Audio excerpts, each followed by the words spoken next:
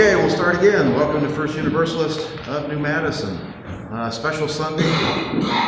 We are here to celebrate the life and passing of Richard Venus, who was a pastor in lots of places, which I didn't really know Richard that well. I came kind of late in his service here, but he was revered wherever he went. Every place he was, people loved him. He had that kind of personality that was just so open and welcoming.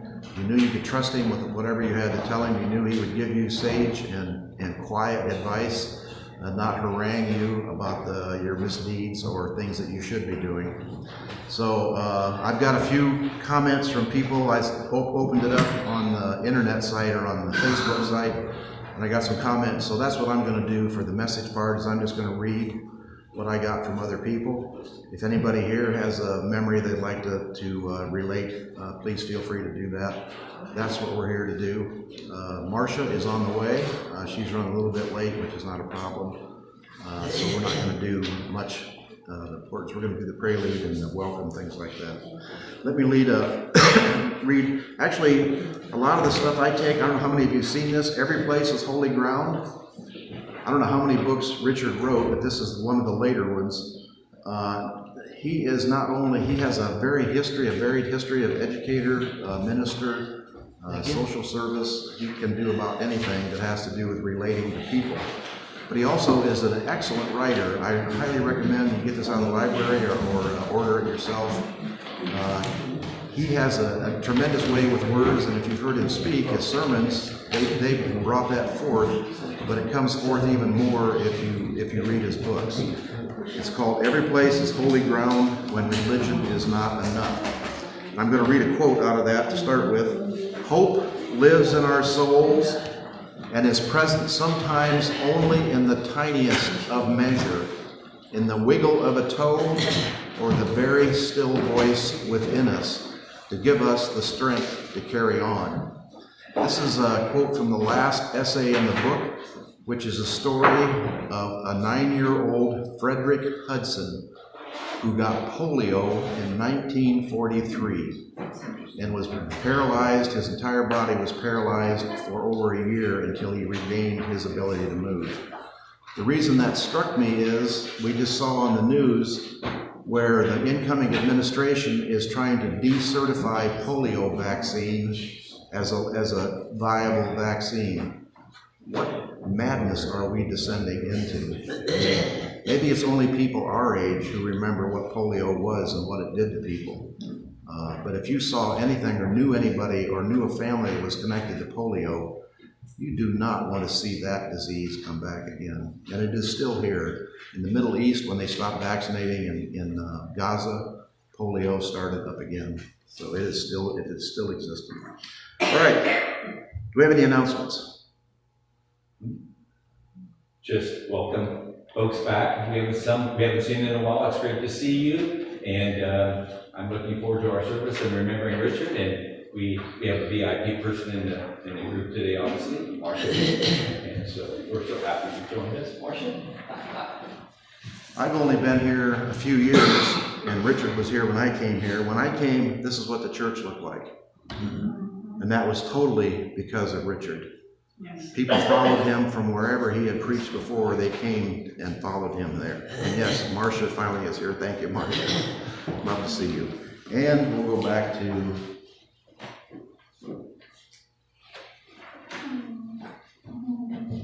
your last visit, Marcia and Richard. So, all right, our prelude, Sing We Now of Christmas.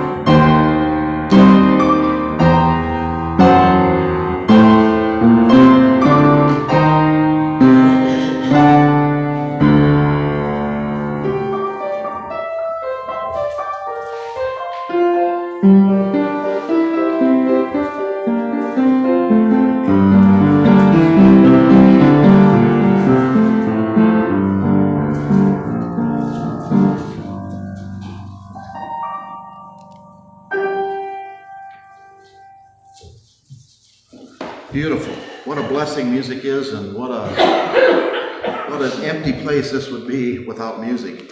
And that was so nice. Roberta, I almost felt like I was over at El Dorado. Oh. If you may not be familiar with El Dorado, they have a grand piano there, and they love to play their grand piano. All right, chalice lighting, the light within us. The face, we light our chalice as a symbol of the light within us and the life that flows through the world around us. It is our beacon as we search for truth. It is the warmth in our hearts. It is the energy that propels us to action. May we be kindled by our time together. That's by Brian Lee. And all the information that I use comes out of the website for the UU national body, which is very, very helpful. Our opening hymn is 231, Angels We Have Heard on High.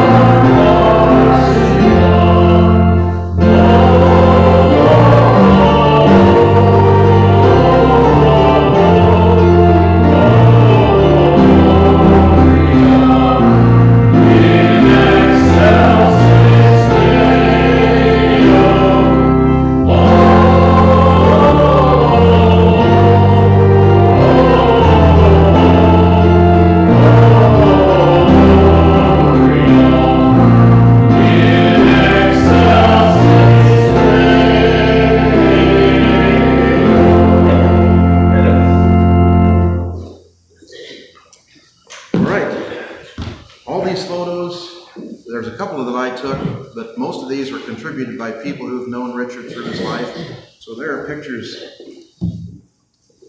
who I don't even know who these people are, but they sent pictures in. This is Bradley and Amanda. Yes, that's our daughter. Okay. Are you Libby and Mark? Yeah. Oh, okay, great. Well, there's your picture, and I really appreciate you sending it to us so the rest of us can see it too. All right. And this was a long time ago, and this was by Crystal Brooks. Took this picture when that would have been when he was here, and I don't know who the other gentleman is. All right, our affirmation. A blessing for the journey. We bless you on your journey. We honor and celebrate the life that has been yours, the lives you've touched, the legacy you leave. We release old wounds and regrets. We forgive and are forgiven. We cherish the life we shared and the life that is larger than us. Out of mystery we are born, and mystery receives us when we die. With sorrow and gratitude for all that has been, we bless you on your journey. This is by Michelle Boothie.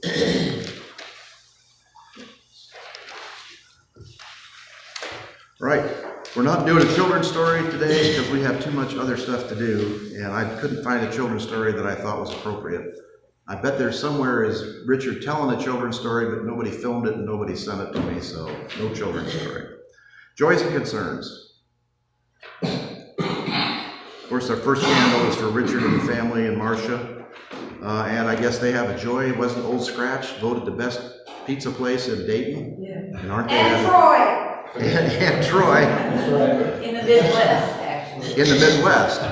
So we have already decided when we heard that we as a church will be taking a Sunday afternoon and going probably to Troy as the closest to have an Old Scratch pizza party. So we'll announce that on the Facebook page if anybody else wants to join us there. And I'll be there too. You'll be there too, all right? We'll let you know. All right. Anything have anybody personal? Yes. This is joys and concerns. Yes. I have a concern for our family. Both of our daughters, Maureen and Lori, have trials in their lives right now. So I'd like to have a candle lighted for daughter Lori, who lives in Troy, and daughter Maureen, who lives in Portland, Maine. Okay. For the daughters who have trials in their lives, and as we all do. Yes. Just a concern for Denise. Concern for Denise, my wife. Denise. Oh. Can you tell us the problem? We'll know more later. Okay, so a questionable problem for Denise. Keep Denise in your thoughts and prayers as we go along. We always do a prayer for the Ukraine. That's why we have sunflowers here, the national flower of the Ukraine. Things are not going well in the war. The Chinese are fighting for the Russians. They are importing troops from all over. They are blasting the support, the electric functions, the electric grid, so people are going cold in the winter. And there is an incoming administration which does not want to support the Ukraine, so they could be left out to dry. So a continuing candle for the Ukraine. And as we always do, as we do our international concerns, Israel, Gaza, Lebanon, the entire Middle East is in turmoil. We have a happy note that Syria has been taken over, or the Assad has been expelled from Syria, and the new administration looks promising, but a lot of people say things in the beginning that don't turn out to be true. So we have our fingers crossed that things will be better in Syria. Tim, I have a thank you to share. Our mitten tree is mitten laden this year, if you noticed. Yes. And that's thanks to the efforts of Kenny. And I don't know if that's others contributed to the mitten tree, but we haven't had that in a few years. So thank you very much for that. Thanks, Kenny. And thanks, Kenny. If you haven't gotten your cheese ball yet, we support El Dorado, their church, in their fundraising efforts.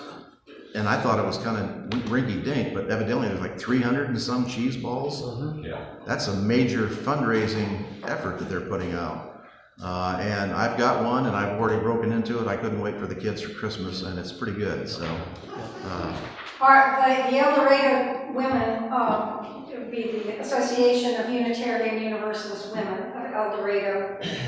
That has been the big fundraiser, other than maybe the Easter Fair at one time, which was really a big deal. yeah. The cheese ball thing is an amazing effort. After I started going to El Dorado, I learned that hours of standing and forming, all by hand, not done by many churches, anything done by hand for fundraisers. One year we did as many as 400 cheese balls, sold them all. And that's with like maybe 8 to 10 women. Oh, the men helped chop the onions.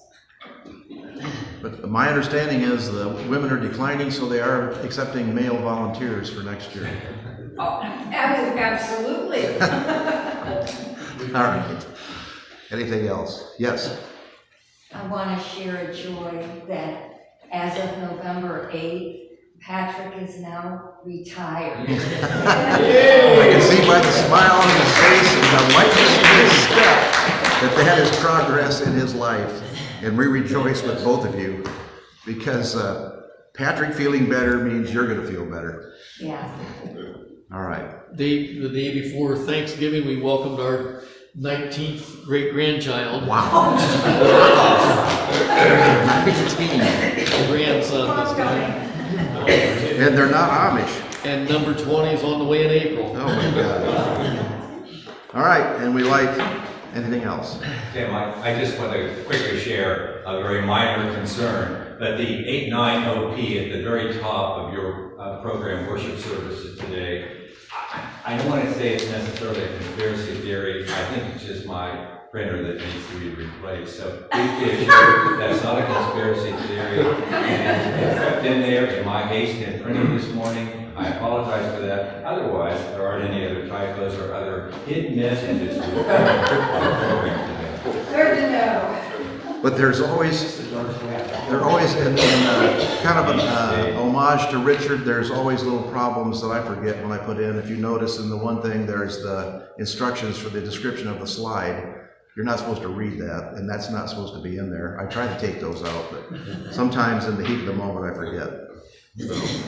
All right, we light this last candle to remind us that some of the most exuberantly felt joys and painfully felt sorrows lie unspoken in some hearts here assembled.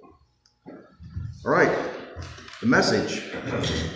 I guess we can start with, well, let me read the preface by Dr. Judith Martin. She is an educator from University of Dayton, has a MA and a PhD from McMaster. She has an MA and an ED in religion and theology, very well-rounded, and she wrote the preface for Richard. This was published in 2011, does that sound right? Yeah. It was a while ago. The Reverend Richard Venus holds a master's degree in counseling and journalism and theology. As a journalist, he covered cops, cows, and crime at the Hillsdale Daily News. As a United Methodist, he served as minister in Detroit's inner city and in surrounding suburbs. Since becoming a Unitarian Universalist minister, he has served churches in Michigan and Ohio. He was a recipient of 2 Unitarian Universalist Association's Best Sermon Awards. He currently serves the First Universalist Church of New Madison and writes for both spiritual and secular audiences. He is learning to play the mandolin and the ukulele, and he's not only learning, he is an accomplished mandolin and ukulele player, played for us many times, and we had some beautiful music when we had people that could volunteer to do it. He chairs the Ohio Religious Coalition for Reproductive Choice, and for many years served on the Planned Parenthood Board of Southwest Ohio.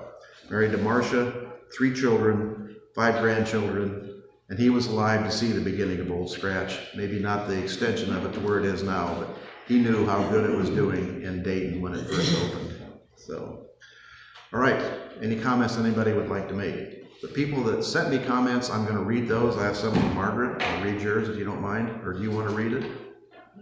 Okay. Tim, I have. Okay.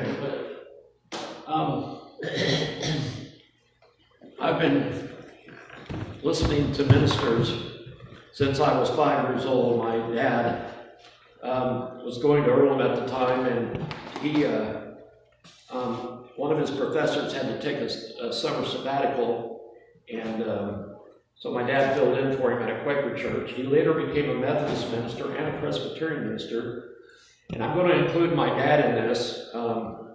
Also furnished true blood at the Quaker church in Richmond that we went to after my dad retired from ministry.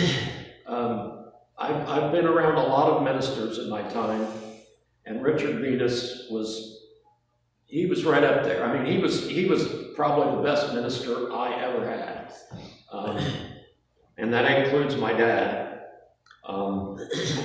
So he was a very good minister. He was a strong guy when faced with adversity, and this is something that happened.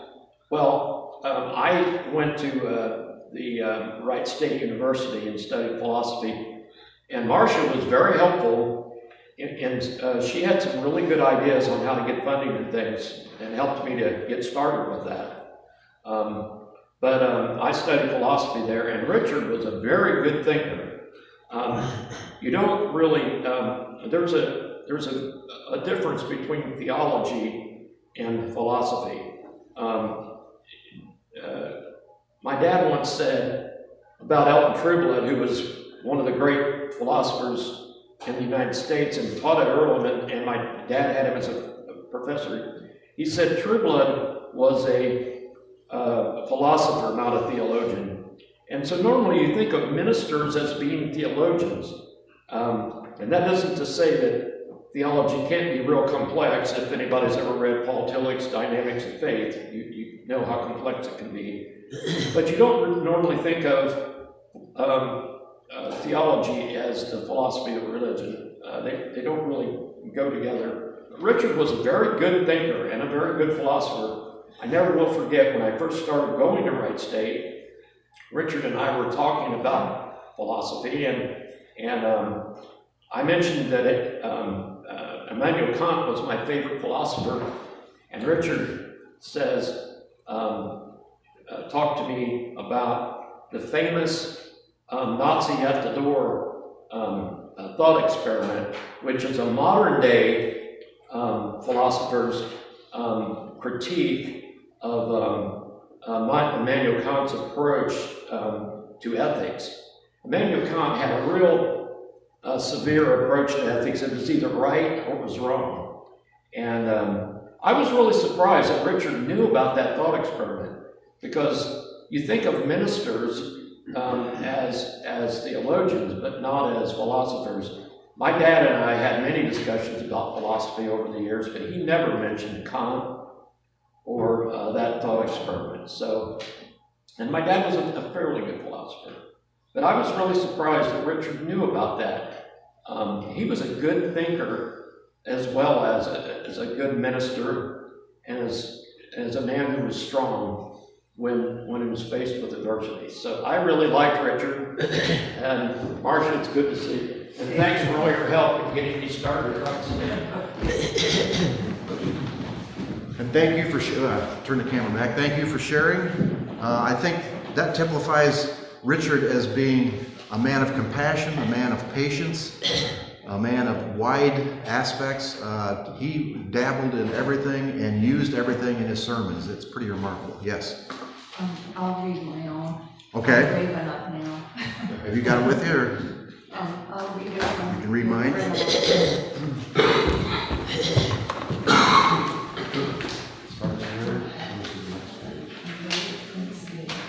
It's big for me. It's big for me, cataracts. And there's another page right here. Okay. You want to come up here? Can you hear me from here, okay? Probably better from here. Yeah. From here? Yes, Yeah. stay here, yes. Okay. Patrick and I met Richard when we were planning our wedding ceremony back in 1992. A musician friend of mine in the Sinclair Wind Symphony was a member of the Unitarian Church in Oakwood. When he heard about our difficulties trying to plan a wedding that involved the church of my family and upbringing, Catholicism, he told me about Unitarianism and this wonderful minister, Richard Venus. We met with Richard and explained our problem, which was this. We both had previous marriages, but we're trying to plan a Catholic wedding mass because my parents were so worried about Catholics. Yet we could not in good conscience accept Catholicism's view on divorce and marriage annulments. So we needed to find a denomination that was accepting of divorced people. Richard was so kind and welcoming and explained Unitarian principles to us. We left our meeting knowing that Richard was the perfect minister to perform our ceremony. I mean, right then and there. And that Unitarianism was the exciting new fellowship experience that we could embrace without any qualms. We were married on September 19, 1992, the beginning of our wonderful life together, and the beginning of our exploration into Unitarianism. Richard had such an impact on our lives that we followed him to New Madison from Centerville when he became the minister here at First Universalist Church. I played my flute at his welcoming ceremony, and that was the very first time I entered First Universalist Church. And I might add that Kenny gave me a name tag, which really impressed me. Since that time, Richard has been a guiding force in the life choices I make and how I live my life through Unitarian principles. He was unlike any other spiritual leaders I had yet encountered because he was a real person with all the faults and mistakes that come with that.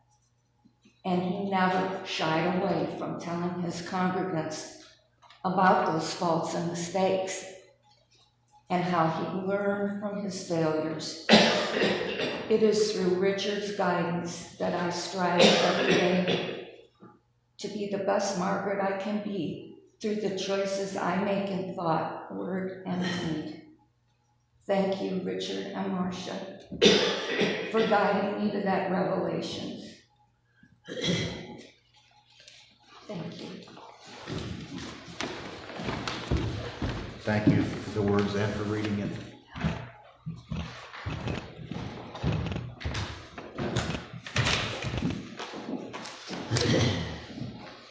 Do we have anybody else? Yes. It's not like Richard and I were buddies. You want to come up here? I'll stand right here. Okay. I can project. Richard and I were not buddies, close friends, and that we didn't personally socialize a great deal, although we had great times as church people together at our church activities over all those years he was here. And yet I had this feeling for Richard that he was an important person in my life because he was one of the only, dare I say, men in my life who I felt had such attributes of being calm, understanding, good listener, good guide, good advice. I cherish those. But as far as a memory, you ask us about memories, a specific memory, well, not real specific, kind of a memory of Richard dealing with not adversity, but like strength to keep on going, and that had to do with the ukulele and the mandolin. Because the first time I heard him play, I thought, oh my gosh, he was just starting out. He's got a long ways to go, because all I can think about is blink, blink, blink, blink, blink, blink, blink. But he persevered because he wanted to. He had the strength of character to keep on going, and good for him. Good inspiration with that memory. Thank you very much. Plink, plink, plink, yes. When I got here, he was far beyond plink, plink, plink, so. Anyone else? Yes. I'll just stand right here. I'm gonna offer just a little bit of levity. Everything everybody can possibly say about Richard, Mark and I share those thoughts. We met Richard in 1996 when we were still just dating. We each had daughters. We attended the church in Oakwood. And we instantly found community there, and a big reason for that was Richard and Marcia. We instantly knew that we wanted Richard to officiate at our wedding later that summer. 21 years later, when our eldest daughter was planning her wedding, that's the picture that you have, she asked Richard to officiate, and he happily agreed. It was sort of a full circle moment for our family, one we will always treasure. Richard, as we all know, was a champion for women, and he appreciated my being a theater person. In 2001, he enthusiastically said yes when I asked if we could do a production of the Vagina Monologues at the church. Marcia and many of the women from the church were in the cast. They were brilliant. The point was to raise money for groups fighting domestic violence, and we raised many thousands of dollars for the Artemis House and the Miami County Family Abuse Shelter. It was quite the event. In the reception area, we had items for sale and lovely catered food and drink. A local ice sculptor donated a beautiful ice sculpture of labia. It was enormous. Most people thought it was a butterfly. As this event took place on a Saturday night, we thought it was a good idea to leave everything in place for people to enjoy the next day at church. We figured the ice sculpture would still be standing. We were wrong. Having the church flooded from a melted labia ice sculpture justified all the misgivings that a few folks who were not overjoyed about this whole production anyway had. But Richard, with his trademark good humor, interceded and managed to prevent me from being tossed out on Far Hills Avenue. Life took us all in different directions, and we stayed in touch with Richard and Marcia. We got together from time to time. They came to see me perform in a few plays. Mark and I came here as often as we could to hear Richard speak. How we love to hear him speak. The best people are the ones you wish you had more time with. But having been in a world with Richard Venus was a blessing. And Marcia, we will always hold a place for you in our hearts. Thank you, Libby. And I want to reiterate, you will, if you read these essays, you will hear Richard speak. This is Richard's, really his vital voice is right in these words. He just has a magical way.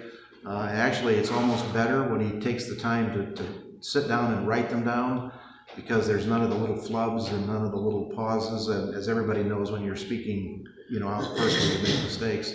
There are no mistakes that I've found in here. It's beautiful, and I pull from these. I know people complain because when I first started out, I didn't know what I was doing. I just read the essay. That's pretty boring, even if it's a good essay. So we're trying to distill the information now. Anyone else? Yes, Marcia, please. Can I have the pulpit for a little bit? Sure.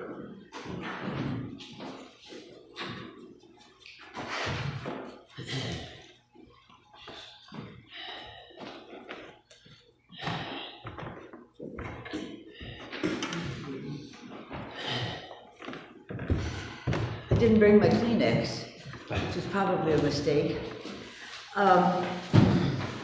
It's so wonderful to see all of you. Just can't tell you how wonderful seeing your faces are to me, is to me.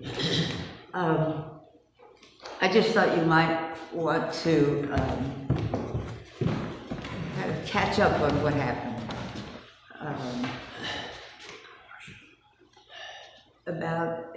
As you all know, Richard had Alzheimer's, and it continued to progress as it will. And that was the reason we left here in 2018. I think July 29th, 2018 was the last time he was in the pulpit as your minister. At that point, we gave up our house because it was too complicated to take care of, and the Alzheimer's was progressing, and so we moved, kind of thoughtlessly on my part, we moved to Otterbein retirement community. They showed us a lovely apartment, and I thought, oh, this is great. What I didn't do, and I can't believe this, I didn't ask to see memory care. That's why we were moving there, was to be somewhere where he could make the rest of the journey. And it turned out that it wasn't what I wanted for him. We were there 5 years. During those 5 years, his memory really disintegrated. And sometimes he knew me. He always called me Marcia Jean. Well, for a long time, there was somebody else in his life, Marcia. And he would ask me to call Marcia. And when was Marcia coming to see him? And so we couldn't figure out who that was exactly, but finally some friends of mine at Otterbein put it together that Marcia was young me. And that's who he was missing, was young me. It was a very dear moment. Many moments of wanting Marcia. It became obvious he started to wander if I turned my back, and all of the things of Alzheimer's that you read about, know about. And so there reached a point when I knew I couldn't take care of him anymore, and I knew there was not a right place for him at Otterbein. So we started this search for a place. We have kids in Kettering and Oakwood. Our Eric of his 4 pizza places is in Oakwood. And so we decided to look in that area, which we should have probably done in the first place. We found a wonderful place. I still live there. A wonderful place called the Courtyard of Centerville.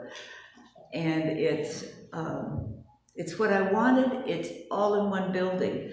In Otterbein, I would have had a 4 to 5 block walk to get to him from my apartment because it's such a big campus and it had a separate building way down the way. Well, I'm in a building now, we have been for a year and a half, a building where I just go down the hall, and that's made it so wonderful. I've been there every day, at least once, and usually more than that. But the end was,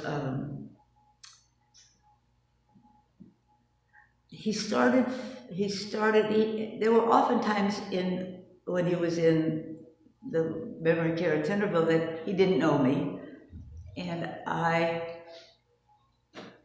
was aware that was what was going to happen and happened. Sometimes he did. They took wonderful care of him there. Toward the end, he wasn't able to speak.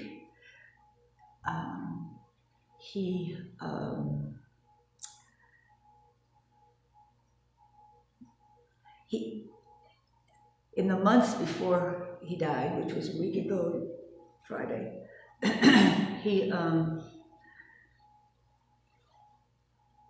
was often, Richard you might recognize, although he didn't talk much, they talk about him in the memory care that he's the only person they ever know who thanked them for giving him a shot. And that personality carried through. He finally reached the point where he couldn't speak. And about 3 weeks before he died, he was unable to speak. He was sleeping all the time, and he said very little, if anything. We had decided to give our bodies to Wright State's anatomical gift program, and I reminded him of that in one of the last weeks before his death, and he said very softly, when I said we were giving our bodies to the medical school, he said, "Oh, good. They learn from my body. My body teaches them." Okay, he knew. Yeah. And so he died on the hospice. Had told us he probably wouldn't die till Monday or Tuesday because they didn't see the signs that they see in the body. And so I'd been with him all day. I went home and walked down to my apartment, and they knocked on the door at about 11 o'clock, or 10 o'clock, and he had died. And by about 11 o'clock, they came from Wright State and took his body. One final thing that happened is his son had been to see him about 3 or 4 weeks before that, which was very nice because he was still able to relate somewhat. But Bert was flying in thinking he wouldn't die till early the next week, and he got in about 2 hours after Richard died. And his body was gone. I called Wright State the next morning, and I made all kinds of calls trying to figure out how to get to somebody who could do something. And I finally reached a man and I told him about Richard's son, Bert, not being able to see his dad. And he said, I'll take care of it, don't worry about it. You just show up here at 1 o'clock today. That was Saturday. We got there at 1 o'clock, and he had arranged Richard's body in a nice little viewing room where Richard's son, daughter, one of the granddaughters, and I were able to sit with him, and Bert was able to be with him and read some things he had written to him.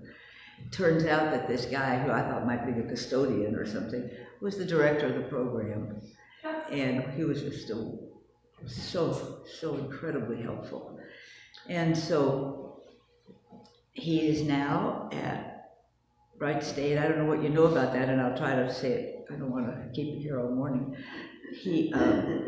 Wright State is the center for the anatomical gift program, but there are 27 medical schools in Ohio, and they belong to this program, but the bodies are kept at Wright State. And so if a medical school wants to teach something about a body, the Wright State Anatomical Gift Program sends them a body to work on, study from. And so he can be there anywhere from weeks, 3 weeks, 3 or 4 weeks, to 3 years. I guess 3 years is the end of how long you can stay there. And they have a nice cemetery in back. And we don't have any family plot anywhere, so it didn't make any difference. They have a nice little cemetery in the woods in back of Wright State. And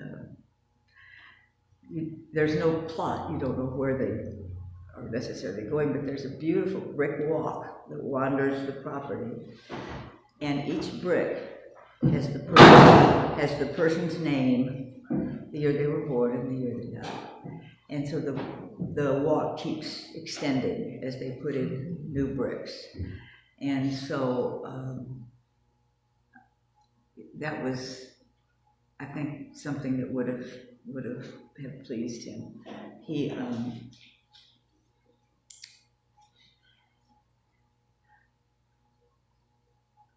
didn't remember that he had written a book, and he, well, he didn't remember anything, obviously.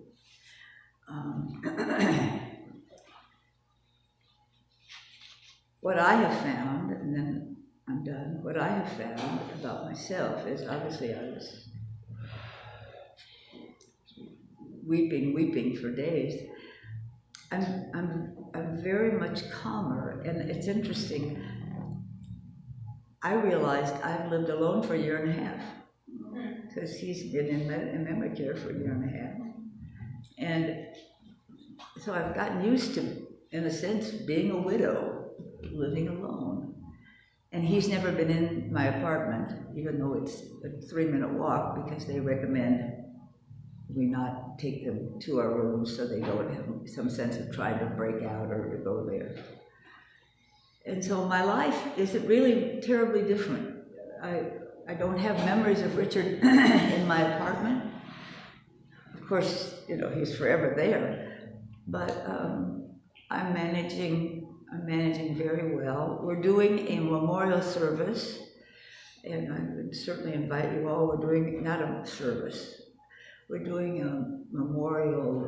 a celebration of life at Cox Arboretum in Dayton, and it's a beautiful spot, and there's a beautiful room that we'll gather in, and it's on the 12th at 2 o'clock. We decided to get on the other side of all the holidays.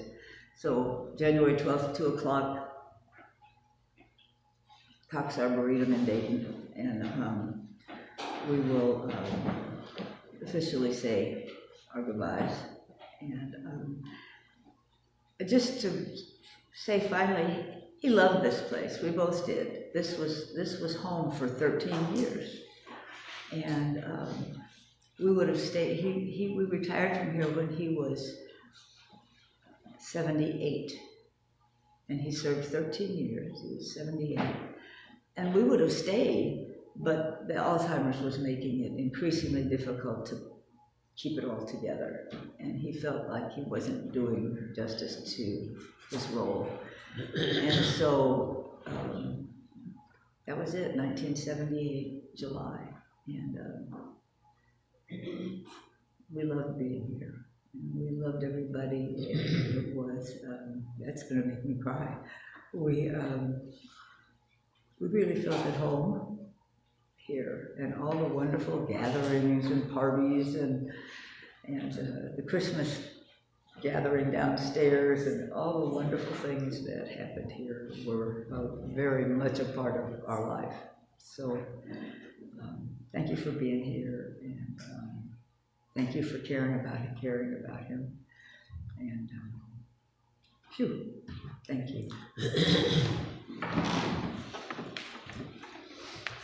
My birthday was the day before he died. Oh, I was so hopeful he wouldn't die on my birthday, just because it would forever be. But anyway, I turned 83, and so I'm very careful on steps. Nancy Pelosi knows As that. many of you may feel, steps and everything.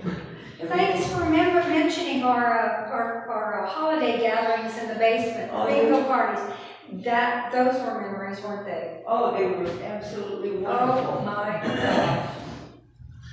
And I think Richard really held this place together when Richard left, and I, speaking from personal feelings, and I'm sure it's supported by many people, he could have, if he would have wanted to, and he could have stayed for another year or two, because as many times as Richard forgot something, somebody in the audience, I do the same thing, you forgot this, you're out of place here.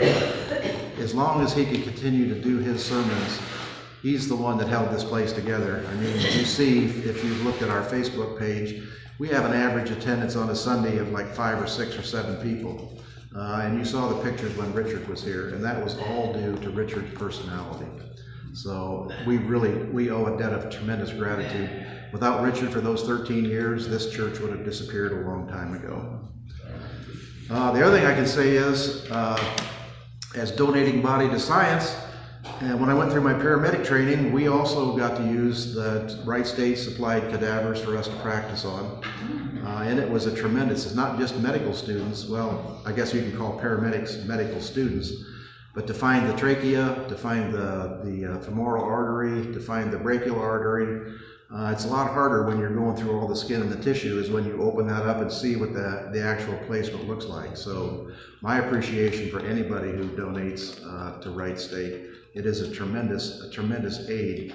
And now they have computer programs and mannequins, but it's just, it is not the same. I'm sure you can realize it's not the same. All right, I have a email contribution from Chris B-U-I-C-E. Anybody know who that is? Yes. Okay, he's the minister of the Tennessee Valley Unitarian Universalist Church. Richard Venus was my internship supervisor when I was a ministerial intern with a congregation in Oxford, Ohio. He was so wise and kind. He petitioned the UUA to allow me to stay an extra year at Oxford after my internship so my family would have some much needed income in my last year of seminary. His announcement of this decision came as a complete surprise to me and bowled me over. His ministry was so important at a critical time in my life, spiritually and materially. I will always love Richard. His memory is a blessing. It's pronounced Vice, Chris Vice. Vice. Amy Russell is another one, if you know Amy, assistant minister at First Church in Richmond, Virginia. Richard was my beloved pastor at MVUUF, Miami Valley, and encouraged me to head in the direction of ministry. He later became my mentor for preliminary fellowship. Personally and professionally, he always shared his heart with me and my family. Another one is Cindy Landrum. I served at UU Church of East Liberty, where Richard had served before, and he was very much loved there. Their story was they had been searching for a minister when they had Richard guest preach, and you know what happened then. And they liked him so much they asked him to apply, and he did. And he became their minister. He worked with the UUA to get fellowship and transferred his ministerial credentials. The one requirement was that when he completed the process, he had to leave East Liberty, which he faithfully did to their dismay. He followed the rules even when it was painful for everybody. They had him back to guest preach whenever possible. East Liberty, East Liberty. Where's that? Michigan. Oh, yeah. That would be, yes, I would say probably Michigan. That's when he became a UU minister. Yeah, his friend from the days, just one little bitty story, if you can remember this, if you could, I mean, you will certainly recognize it. In the 60s, he was a Methodist minister in inner city Detroit. And he was, if you know him now, you can imagine in the 60s in Detroit, he was wild. And his friend Larry, who was the Presbyterian minister, was equally wild. And they led demonstrations, and he says he's sure that the FBI has his name. He talked about one demonstration they did was when they gathered, who knows how many people, and marched to the mayor's front yard and left a toilet bowl full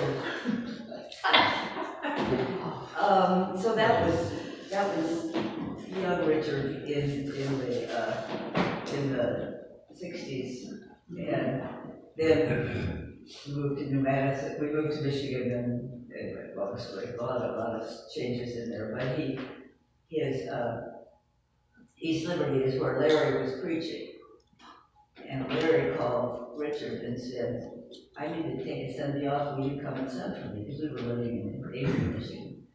And Richard said, "Oh, Larry, I can't." He said, "I've got so many questions and no answers.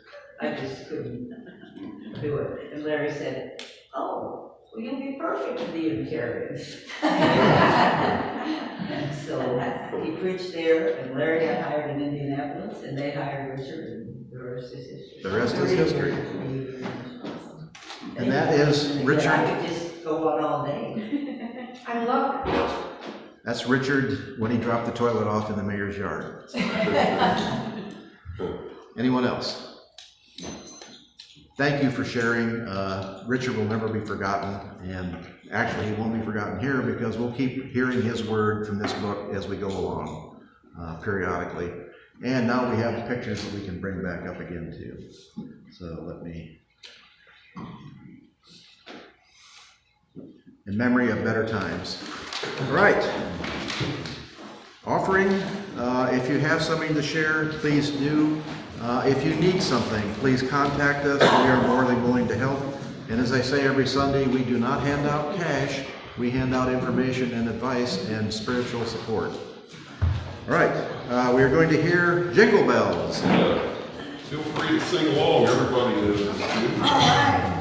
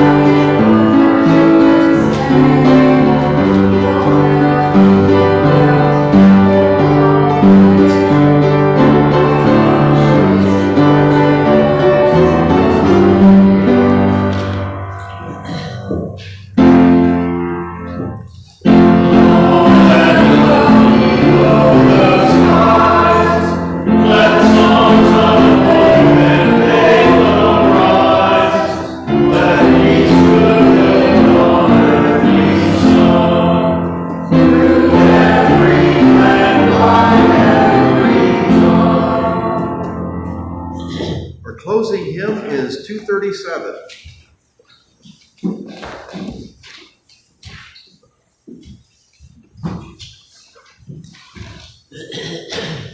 The first Noel. And I never know, is it Noel or Noel? Does anybody know? Old English. Yeah, but When I grew up in a Presbyterian, it was Noel, Noel, and now it's Noel. But we still have Christmas left, so I'm going to research that and I'll let you know.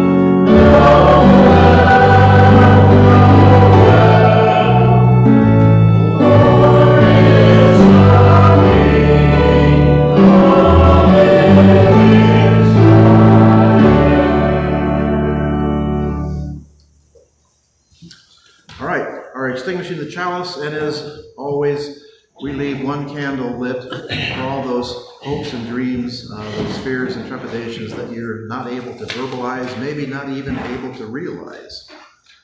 We have come to share the loss we have felt in Richard's passing and some example of the joy we carry from his life. This we have done. But before we extinguish this chalice, let us acknowledge that we cannot extinguish the love he showed us, or the memory of him, or the love we carry forward. This congregation and many others have absorbed so much light from Richard. This congregation will continue to reflect that light into the lives of the people who enter our doors, even those who come years from now.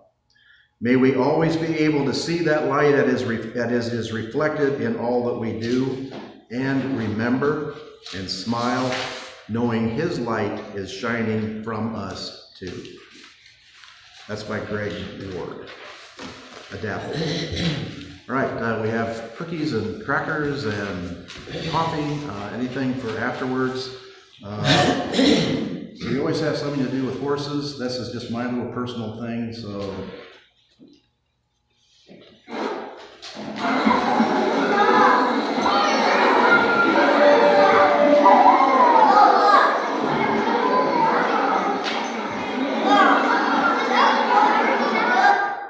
That's the horse parade from Greenville in November, the Christmas horse. So I'm sure Richard would have enjoyed that. Was that you on that horse? No, that was not me. Okay, yeah. But I do have, my horse Curly hurt his leg. He's now retired from racing. He is back home. I'll show you a picture next week. He got into burrs and he's a mess.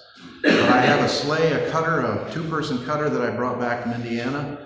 And I have a plan to put wheels under it. And if Curly, if I can train him not to race his neck off when I put him in the harness, because I don't want to be racing through Greenville streets, hopefully we'll be part of the parade next year. I'm not sure that's going to happen, but we're going to see what happens with that. Postlude is a Christmas song.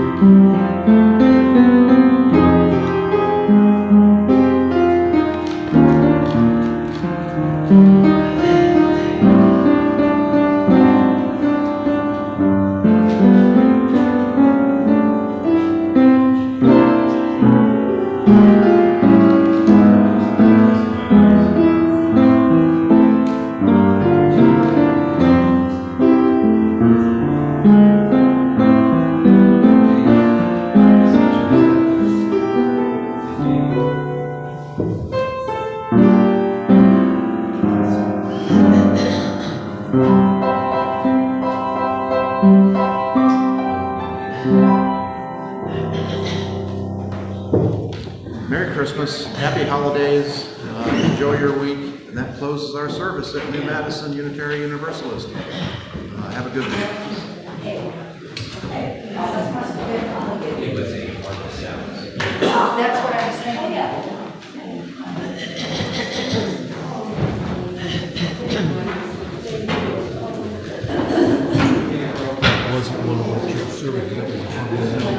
Oh, okay. And what if the church? Well, when I first started coming, it was pretty full. Yeah.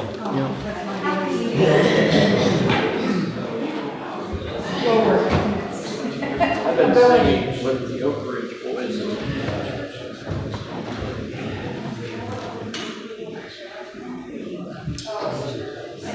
That's my brother's in the car. Oh, So now